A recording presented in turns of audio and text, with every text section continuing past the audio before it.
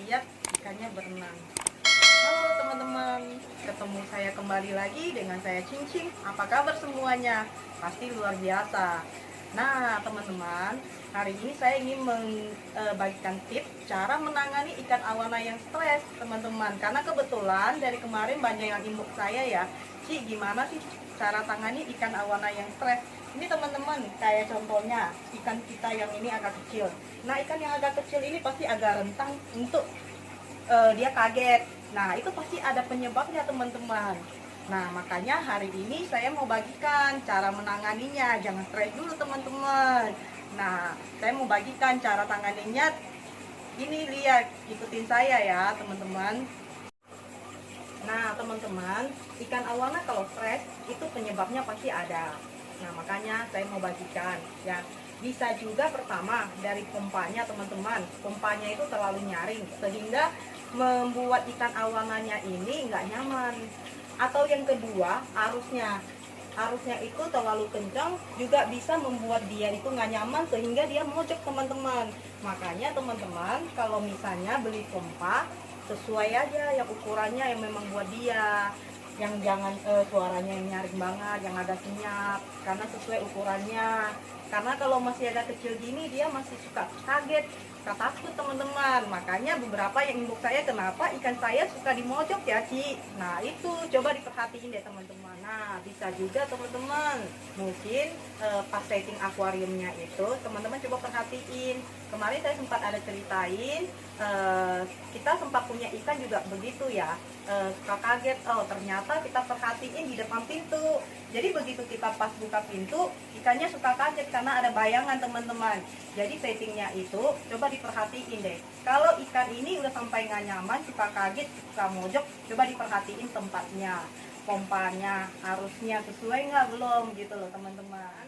Saya juga mau kasih tahu teman-teman, kalau ikan awana yang udah terlalu stres itu dalam arti udah berapa hari dia mojok, dia diam gitu ya. Tapi stres sama sakit itu beda ya teman-teman ya. Kalau ini yang saya bahas kalau di saat ikan awananya misalnya stres teman-teman, ya kan udah mojok, itu mesti ekstra diperhatiin teman-teman. Ya, nah diperhatiin kalau dia masih begitu berapa hari, ya kan teman-teman mesti cepat tanganin gitu loh. Tanganinnya itu bisa juga sih teman-teman lampunya dimatiin, ya kan depannya akuarium ini bisa ditempel dulu, ditutup ya pakai kain. Nah atau mau pakai kertas bisa, intinya itu depannya ini ditutup. Nah lampu akuariumnya dimatiin. Dan kalau misalnya kita coba lihat udah stres, misalnya terlalu stres ikannya, bisa sih teman-teman nyalain heaternya. Nah supaya dia lebih hangat, ya bisa buat ikannya itu lebih nyaman sih teman-teman. Nah teman-teman saya juga mau kasih satu tips lagi.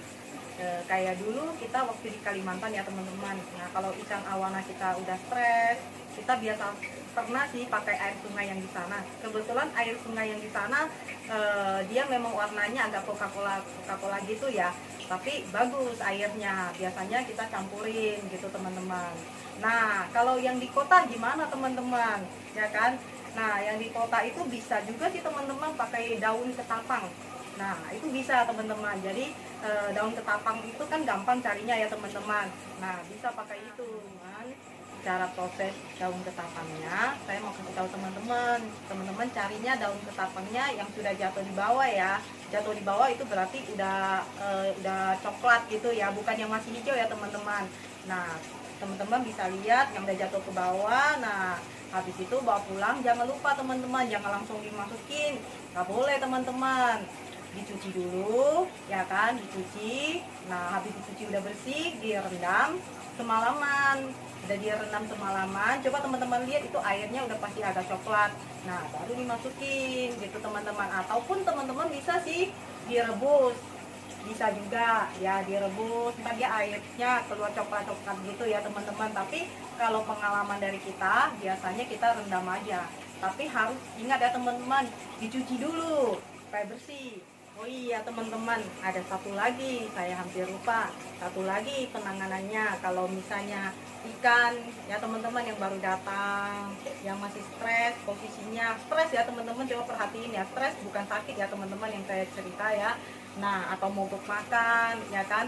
Nah, teman-teman bisa dengan satu ini. Contohnya, kita bersihin kotorannya ya teman-teman, kotoran yang kayak gini, tapi airnya dikurangin dulu dikit. Airnya dikurangin segini aja ya teman-teman, jangan semuanya begini, segini aja dikit.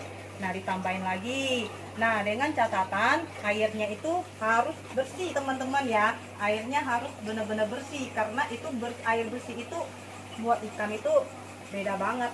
Nah, itu ya teman-teman. Jadi kalau misalnya mogok makan, teman-teman jangan kasih makan dulu. Nggak apa-apa, biarin aja dulu berapa hari. Eh, Tiap hari disedot kotorannya, dibersihin, airnya yang udah dengan catatan bersih ya, udah disaring ya, ditambahin lagi, disedot begini, ditambahin lagi. Coba lihat berapa hari, kalau dia udah mulai nggak di pojok, udah nggak ini, baru kasih makan teman-teman. Nah, sekian dari video saya teman-teman. Semoga video yang saya bagikan buat teman-teman untuk tangani ikan awana stres bermanfaat buat teman-teman. Dan jangan lupa kita selalu semangat saling berbagi ya teman-teman. Buat penghobi kita tetap semangat memerahin ikan-ikannya.